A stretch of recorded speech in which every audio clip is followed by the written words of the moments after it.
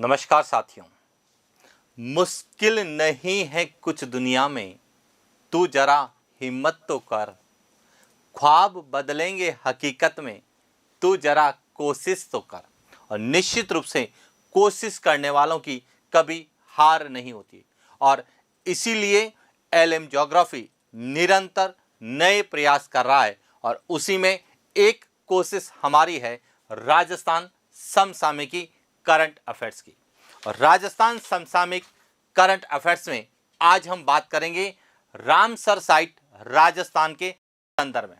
Ramsar site को लेके हर बार exam में प्रश्न पूछा जाता है, लेकिन विशेष रूप से यह प्रश्न जहां पर जैव विविधता संरक्षण है या वन्य जीव संरक्षण है, उन टॉपिक्स में विशेष रूप से प्रश्न आता है। और यह टॉपिक वर्तमान में चर्चित भी रहा है क्योंकि राजस्थान में रामसर साइट में परिवर्तन हुआ है, रामसर साइट की संख्या बढ़ी है और इसीलिए राजस्थान के संदर्भ में भी यह प्रश्न बन सकता है। भारत के जैव विविधता या वन्य जीव के संदर्भ में भी यह प्रश्न पूछा जा सकता है। तो इसीलिए हम कोशिश करेंगे कि रामसर साइट को लेके जो प्रश्न हमें, चाहे वह रामसर समझौते के बारे में है, चाहे वह रामसर साइट भारत के संदर्भ में है या रामसर साइट राजस्थान के संदर्भ में, जो भी प्रश्न पूछे जाने की संभावना है उन पर हम विस्तार से चर्चा करेंगे। तो शुरुआत करते हैं आज के सेशन की और बात करते हैं रामसर साइट की।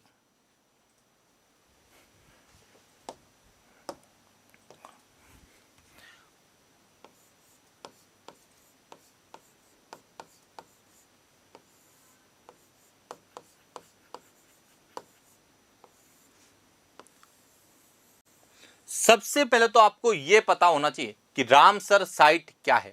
तो रामसर साइट जो है यहां आर्द्र भूमि क्षेत्र है।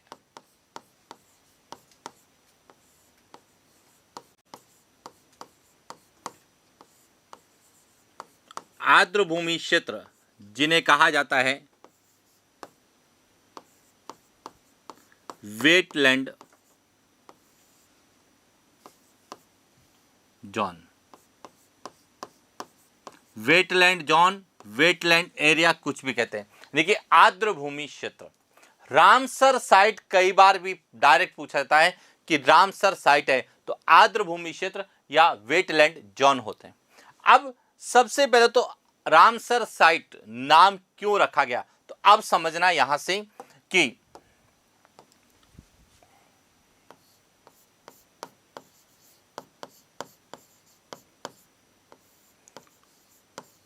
आर्द्र भूमि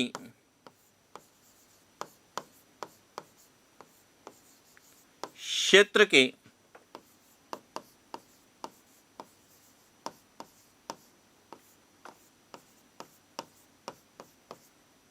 कि जो भी आर्द्र भूमि क्षेत्र है, उन आर्द्र भूमि क्षेत्र के संरक्षण के लिए 2 फरवरी 1971, कब 2 फरवरी 1971 को कहां पर, रामसहर ईरान में,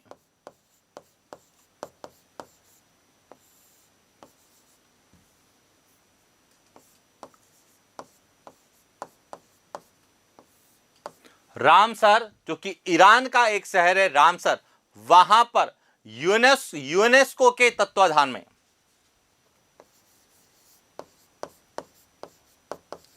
यूनेस्को के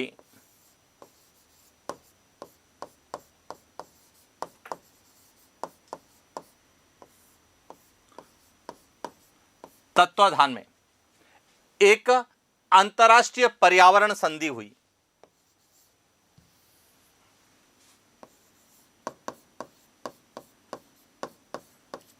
अंतर्राष्ट्रीय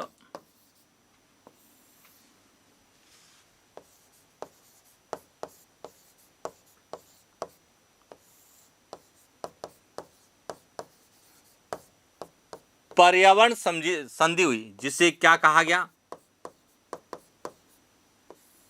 रामसर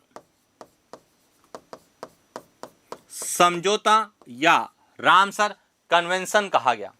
और यह कब लागू हुआ, यह लागू हुआ था 21 दिसंबर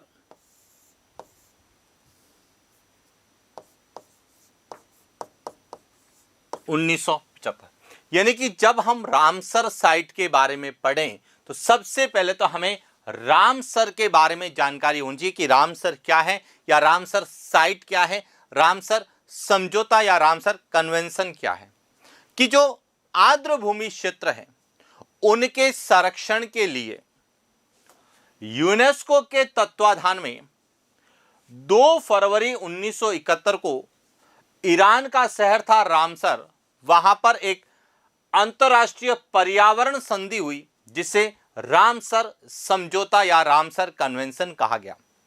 अब इस समझौते के तहत जिन आर्द्र भूमि क्षेत्र का चयन किया गया या जिन आर्द्र भूमि क्षेत्र को सूचीबद्ध किया गया, उन आर्द्र भूमि क्षेत्र को क्या नाम दिया गया? रामसर साइट नाम दिया गया। और यह समझौता कब लागू हुआ? 31 दिसंबर 1975 को लागू हुआ। यानी कि 2 फरवरी 1971 को यह बना था और 21 दिसंबर 1975 को यह लागू हुआ। और इसीलिए कई बार हमें प्रश्न पूछा जाता है कि विश्व आर्द्र भूमि दिवस या आर्द्र भूमि संरक्षण दिवस या रामसर दिवस कब मनाया जाता है, तो यह ध्यान रखना।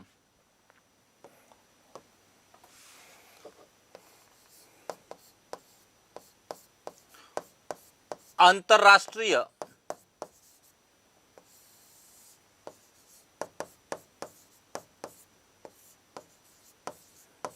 आर्द्र भूमि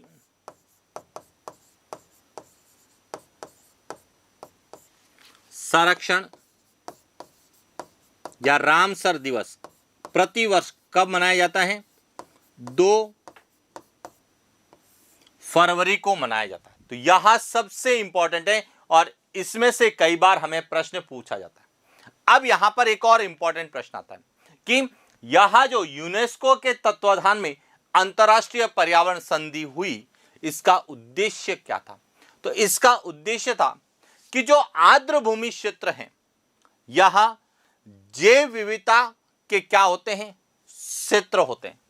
यह जैव विविधता के क्षेत्र के साथ साथ जो जल पक्षी हैं, उन पक्षियों को आवास भी होते हैं। तो इस समझौते के तहत यानी कि रामसर समझौते के तहत जल पक्षियों को आवास प्रदान करने, साथ ही साथ आर्द्र भूमि का संरक्षण करने और वहां जो संसाधन है, जो रिसोर्सेज हैं, उनका सतत उपयोग करने हेतु एक अंतर्राष्ट्रीय सहयोग प्राप्त करने के उद्देश्य से इस जो है समझौते को या अंतर्राष्ट्रीय पर्यावरण संधि को किया गया, जिसे हम रामसर समझौते के रूप में जानते हैं। तो ये ध्यान रखना, यहां से सबसे इंपॉर्टेंट प्रश्न जो हमें पूछा जाता है कि आर्द्र भूमि क्षेत्र, यह जैव विविधता के तो क्षेत्र होते हैं, जो है प्राकृतिक संसाधनों के क्षेत्र होते हैं, लेकिन साथ ही साथ यह जल पक्षियों के या पक्षियों के आवास क्षेत्र भी होते हैं। और इसीलिए हमें रामसर साइट को लेकर विशेष रूप से प्रश्न पूछा जाता है। क्लियर होगा? अब दूसरा प्रश्न आता है भारत के संदर्भ में, कि भारत के संदर्भ में जब हम रामसर साइट की बात करते हैं तो भारत इस समझौते का सदस्य कब बना, यह पूछा जा सकता है। वर्तमान में भारत में कितनी रामसर साइट है, यह पूछा जा सकता है। साथ ही साथ सबसे पहले रामसर साइट किसे घोषित किया गया, यह भी पूछा जा सकता है। राजस्थान की पहली रामसर साइट क्या है, यह भी पूछा जा सकता है। सबसे ज्यादा रामसर साइट कहां है, तो रामसर साइट को लेके जो करंट में प्रश्न भारत के संदर्भ में पूछे जा सकते हैं, हम उन पर बात करते हैं।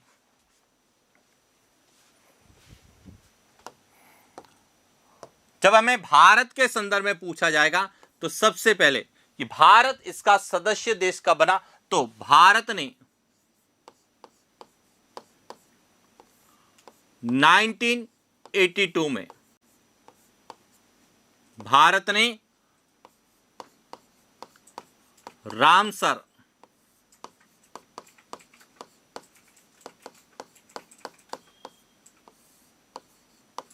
समझौते पर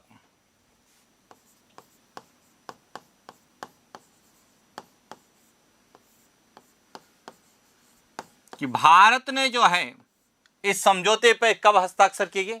यह समझौता 2 फरवरी 1971 को बना, 21 दिसंबर 1975 को लागू हुआ, लेकिन भारत इसका सदस्य देश कब बना? 1982 में।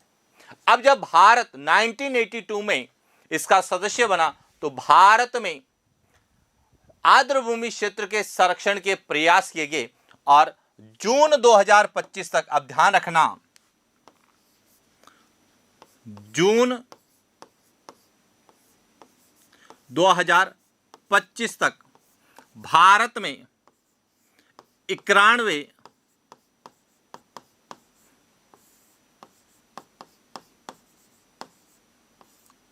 रामसर साइट है। कितनी है? 91 रामसर साइट है। और इन 91 में भारत की जो है प्रथम फर्स्ट रामसर साइट थी, वह थी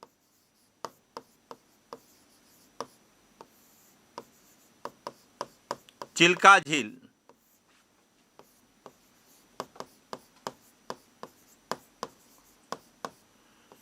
चिल्का झील ओडिशा, यह भारत की पहली रामसर साइट थी। तो ध्यान रखना, भारत इसका सदस्य देश कब बना? जून 2025 तक भारत में कितने रामसर साइट हैं, और साथ ही भारत की पहली रामसर साइट किसे घोषित किया गया। अब अगला प्रश्न आता है कि सबसे बड़ी रामसर साइट, यानी कि भारत की सबसे बड़ी रामसर साइट,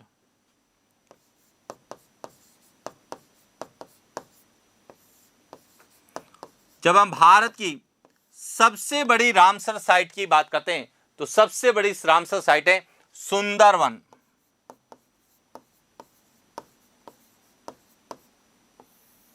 और आप लोग सभी जानते हैं कि यह कहां पर है? पश्चिम बंगाल में।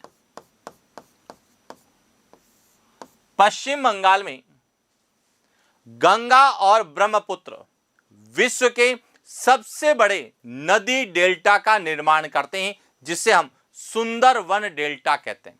और सुंदरवन डेल्टा क्यों कहते हैं? क्योंकि वहां पर सुंदरी वृक्ष की प्रधानता है, और सुंदरी वृक्ष के कारण ही वह सुंदरवन डेल्टा के रूप में जाना जाता है। और सुंदरवन डेल्टा में विशेष रूप से जो वनस्पति पाई जाती है उन्हें कहा जाता है मैंग्रोव वनस्पति, या फिर उन्हें ही हम अनूप वन भी कहते हैं, कच्छ वन भी कहते हैं, और ज्वारीय वन भी कहते हैं। तो यह जो मैंग्रोव वनस्पति क्षेत्र जो सुंदरवन डेल्टा है, यह भारत का सबसे बड़ा आर्द्रभूमि क्षेत्र है। जबकि बात करें सबसे छोटा, भारत की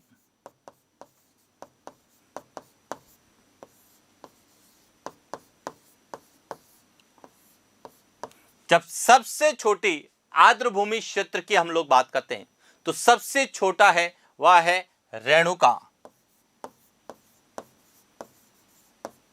कहां पर है?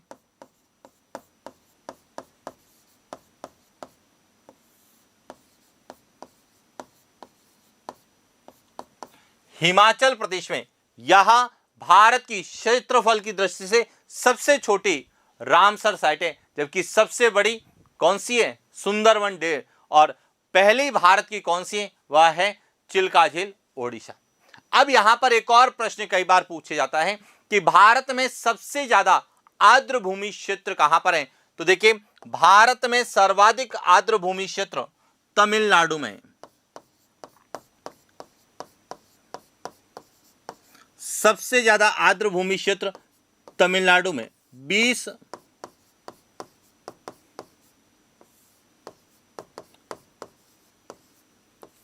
कितने 20 रामसर साइट है सबसे ज्यादा। और उसके बाद दूसरा नंबर आता है उत्तर प्रदेश का। उत्तर प्रदेश में 10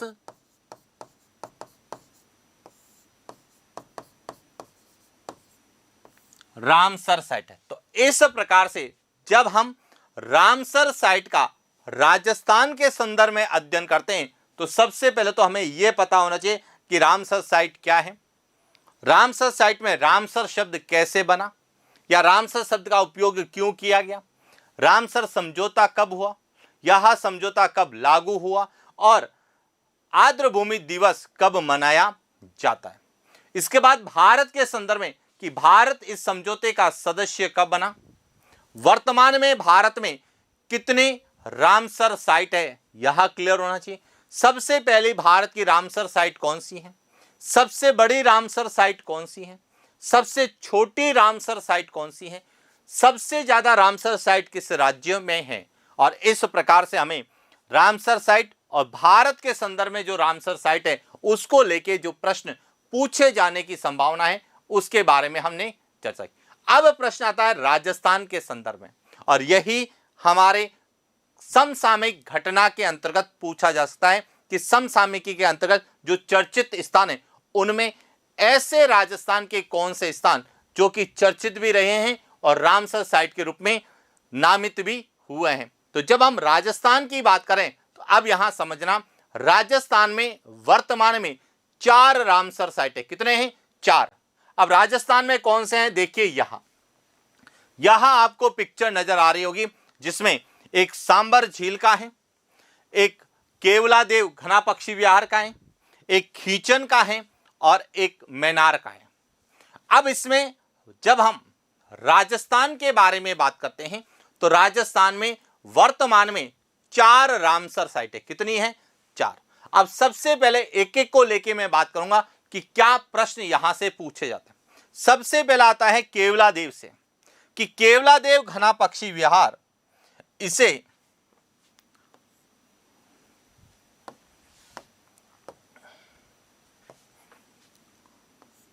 (1985) 1985 में रामसर साइट में शामिल किया गया, यानी कि आर्द्रभूमि क्षेत्र घोषित किया गया, और यह राजस्थान का पहले रामसर साइट है। यह ध्यान रखना, भारत की पहली चिल्का झील है, लेकिन राजस्थान की पहली रामसर साइट कौन सी है?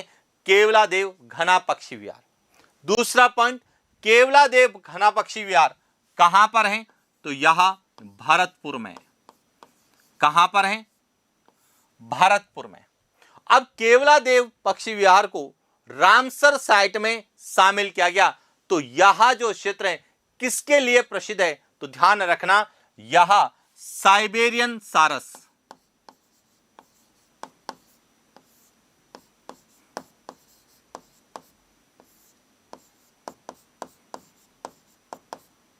साइबेरियन सारस के लिए यह प्रसिद्ध है। यहां पर प्रवासी पक्षी साइबेरियन सारस, जो सफेद सारस है, वह यहां आते हैं। प्रवासी पक्षियों के लिए यह जाना जाता है और इसीलिए हमें रामसर साइट के अंतर्गत केवलादेव घना पक्षी विहार को पूछे जाने की संभावना है। यह क्या प्रश्न बनेगा कि केवलादेव घना पक्षी विहार कहां है? पहला पॉइंट तो ध्यान रखना। दूसरा, राजस्थान की पहली रामसर साइट कौन सी है? यह पूछा जा सकता है। तीसरा पॉइंट, इसे रामसर साइट कब घोषित किया गया? यह पूछा जाता है। इसके बाद यहां पे कौन से पक्षी आते हैं? तो साइबेरियन सारस, और इसे पक्षियों का स्वर्ग भी कहा जाता है। अब यहां पर एक और पॉइंट ध्यान रखना, जो हमें एग्जाम में कई बार पूछा जाता है कि इस केवलादेव को जो जल आपूर्ति होती है वह किससे होती है? तो ध्यान रखना, अजान बांध से। किससे होती है? केवलादेव घना पक्षी विहार को जल आपूर्ति जो होती है वह किससे होती है? अजान बांध से होती है। यह भी कई बार प्रश्न पूछा जाता है। अजान बांध से इसको क्या होती है? जल आपूर्ति होती है। और अजान बांध जो कि किस पर बनाए गए हैं? तो आपको पता होगा, बाणगंगा और गंभीर नदी के पानी को रोककर भरतपुर में अजान बांध बनाया गया है, और उस बांध के पानी से केवलादेव घना पक्षी विहार को क्या होती है? जल आपूर्ति होती है। अब इसका एक और सबसे इंपॉर्टेंट है कि रामसर साइट जहां एक और प्रवासी या जल पक्षियों के आवास होते हैं, जैव विविधता के संरक्षित क्षेत्र होते हैं, वहीं पर्यटन को बढ़ावा देने वाले क्षेत्र भी होते हैं। और इसीलिए यहां से एक इंपॉर्टेंट प्रश्न बनता है कि जो केवलादेव घना पक्षी विहार है, यह NH21 पर स्थित है। पहले तो यह ध्यान रखना, यह कौन से नेशनल हाईवे पर स्थित है? NH21 पर स्थित है। और इसकी एक और सबसे इंपॉर्टेंट है कि केवलादेव घना पक्षी विहार यह स्वर्णिम त्रिभुज का भी भाग है। गोल्डन ट्रायंगल पर्यटन की दृष्टि से जिसे स्वर्णिम त्रिभुज कहा जाता है, दिल्ली, जयपुर और आगरा, इन तीनों को आपस में मिलाकर एक पर्यटन सर्किट बनाया गया है। दिल्ली, जयपुर और आगरा, इसे कहा जाता है गोल्डन ट्रायंगल, जिसमें 3 नेशनल हाईवे आते हैं, NH48, NH21 और NH44। और 3 नेशनल हाईवे में NH21 पर केवलादेव है। तो यहां परिवहन के अंतर्गत भी पूछा जा सकता है, पर्यटन के अंतर्गत भी पूछा जाता है कि राजस्थान की कौन सी रामसर साइट स्वर्णिम त्रिभुज में शामिल है। तो ध्यान रखना, केवलादेव जो कि NH21 पर भरतपुर में स्वर्णिम त्रिभुज का भाग है। तो इस प्रकार से जब हम रामसर साइट का अध्ययन करें तो भरतपुर, केवलादेव के बारे में विशेष रूप से अच्छे से पढ़ के जाएं, क्योंकि राजस्थान की पहली रामसर साइट है। इसके बाद राजस्थान की दूसरी रामसर साइट है सांबर झील। सांबर झील जिसे 1990 में रामसर साइट का दर्जा दिया गया, और यह कहां पर है? यह जयपुर में। कहां पर है? जयपुर में। हालांकि इसके जब सांबर झील का विस्तार देखते हैं तो यहां 3 जिलों की सीमा पर है, जयपुर, अजमेर और डीडवाना कुचामन की सीमा पर है। और लेकिन झील मुख्य रूप से किस जिले में है? जयपुर। अब यह जो झील है, यहां पर फ्लेमिंगो पक्षी आते हैं। फ्लेमिंगो पक्षी जिसे हम क्या बोलते हैं? राजहंस। कि सांबर झील में कौन से पक्षी आते हैं? फ्लेमिंगो, राजहंस पक्षी आते हैं। और इसीलिए यह एक आर्द्रभूमि क्षेत्र के साथ साथ पक्षियों के आवास के रूप में भी जाना जाता है। अब यहां से सबसे इंपॉर्टेंट बात है कि सांबर झील न केवल एक रामसर साइट है, बल्कि भारत का सबसे बड़ा आंतरिक नमक उत्पादक क्षेत्र भी है। यह ध्यान रखना, भारत का सबसे बड़ा आंतरिक नमक उत्पादक क्षेत्र। देखिए, भारत में सबसे ज्यादा नमक का उत्पादन गुजरात में होता है, लेकिन गुजरात में जहां नमक है उत्पादन होता है वहां तटीय क्षेत्र है पूरा।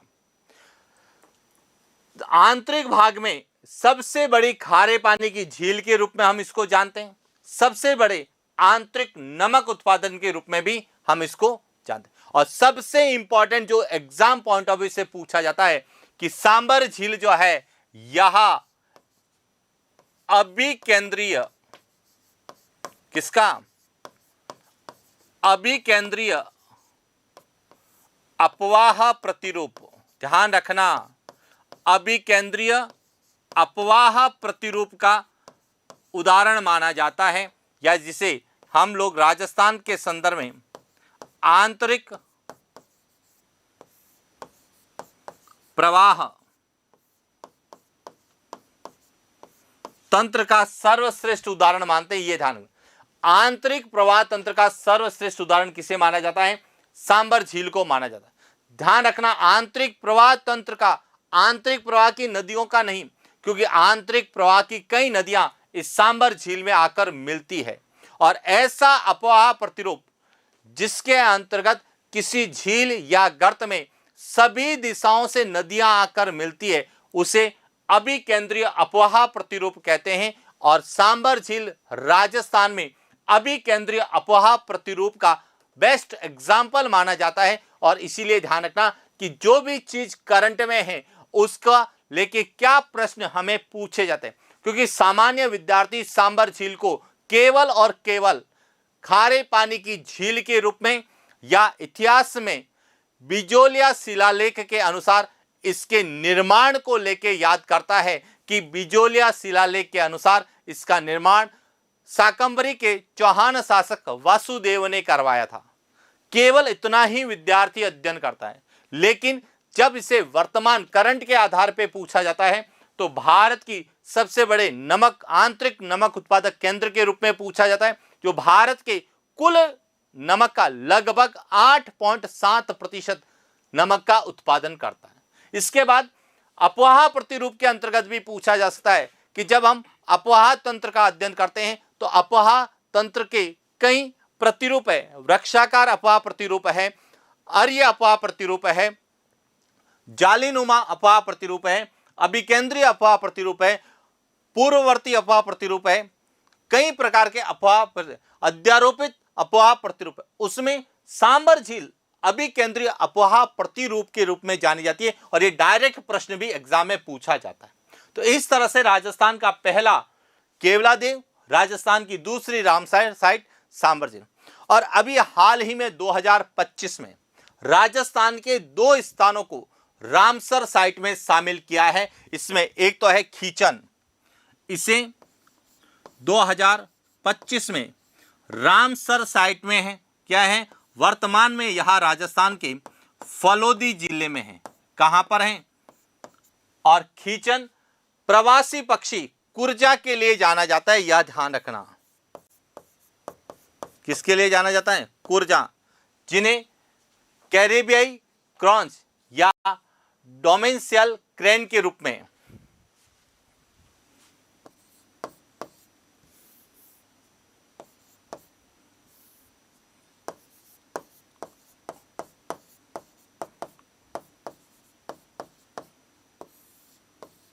डेमोसाइल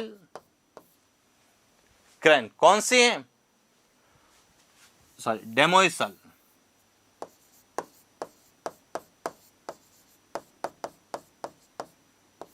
डेमोसेल क्रेन या कैरेबियन क्रॉन्च के रूप में हम जिसे जानते हैं, स्थानीय भाषा में हम क्या कहते हैं? इसे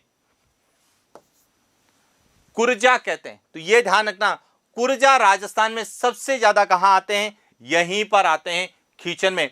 और कुरजा एक प्रवासी पक्षी है जो कि कैरेबियाई द्वीप समूह से आते हैं, इसीलिए उसे कैरेबियाई क्रॉन्च कहते हैं, डोमेंशियल क्रेन कहते हैं या कुरजा कहा जाता है।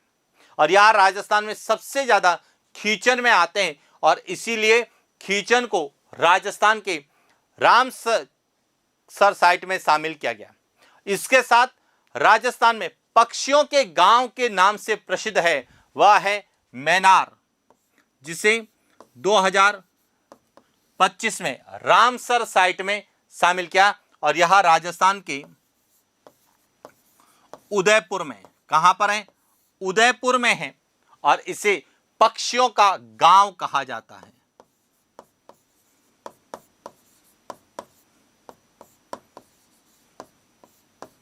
पक्षियों का गांव कहा जाता है। तो इस प्रकार से राजस्थान में वर्तमान में 4 रामसर साइट है। पहली केवलादेव, दूसरी सांबर झील, तीसरी खीचन और चौथी मैनार। और इस प्रकार से हमें राजस्थान समसामयिक में जो चर्चित स्थान है उसके संदर्भ में रामसर साइट को आधार बनाकर राजस्थान के संदर्भ में पूछा जा सकता है।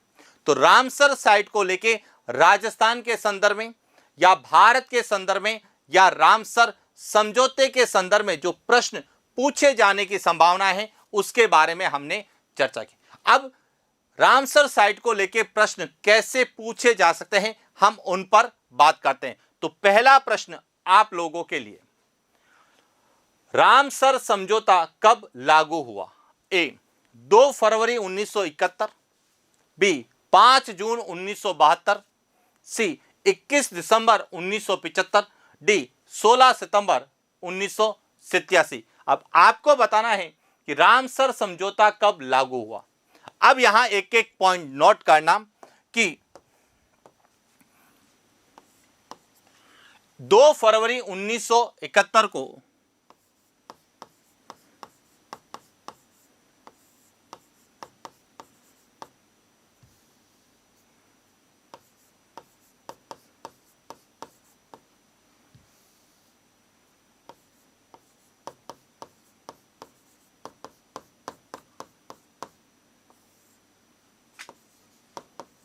रामसर समझौता बना। कहां बना? रामसर ईरान में यह बना। कब यह लागू हुआ? तो यह लागू हुआ था 21 दिसंबर 1975। तो यह ध्यान रखना, 21 दिसंबर 1975 को क्या हुआ? रामसर समझौता लागू हुआ।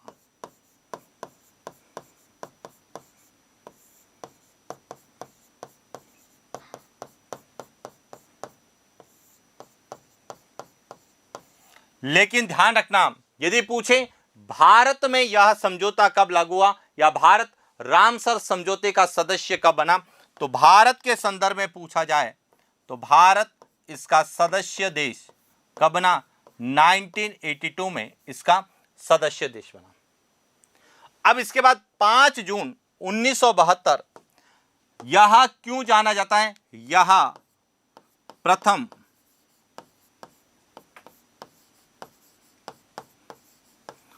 पर्यावरण सम्मेलन हुआ।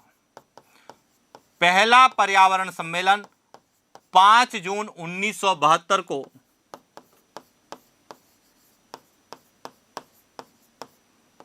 स्टॉकहोम स्वीडन में हुआ और 16 सितंबर 1987 यहां प्रथम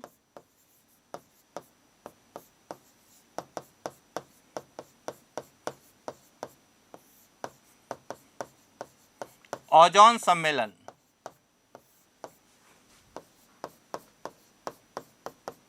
मॉन्ट्रियल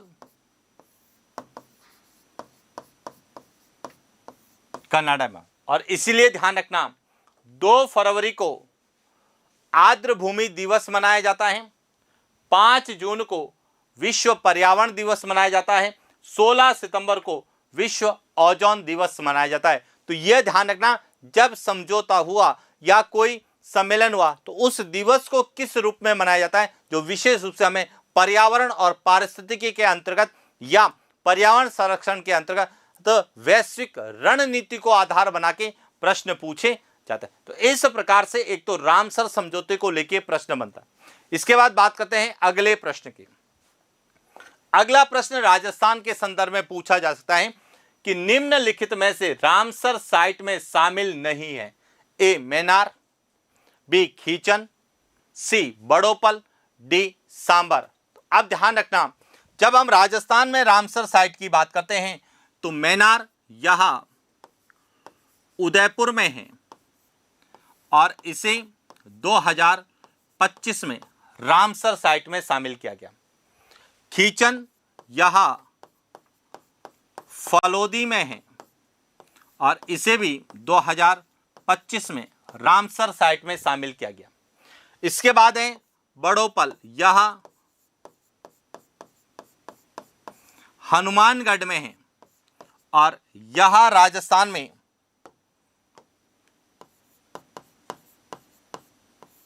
सेम की समस्या या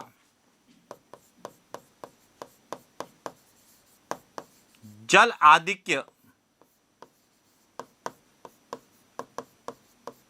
की समस्या से सबसे प्रभावित स्थान है। और सांबर यह जयपुर में है, जिसे 1990 में रामसर साइट में शामिल किया गया। तो इसका सही उत्तर क्या है? सी बड़ोपल रामसर साइट में तो शामिल नहीं है, लेकिन राजस्थान में सेम की समस्या या जल आधिक्य की समस्या से सबसे ज्यादा प्रभावित क्षेत्र के रूप में जाना जाता है। तो इस प्रकार से हमें जब रामसर साइट को प्रश्न पूछा जाए तो राजस्थान में 4 रामसर साइट हैं। पहली केवलादेव, दूसरी सांबर झील, तीसरी खीचन और चौथी मैनार। और इस प्रकार से रामसर साइट और राजस्थान के संदर्भ में जो रामसर साइट को लेके प्रश्न पूछे जाने की संभावनाएं जो करंट के आधार पे पूछे जा सकते हैं, उनके बारे में हमने चर्चा की। तो आज के लिए इतना ही, मिलते हैं नेक्स्ट क्लास। Thank you.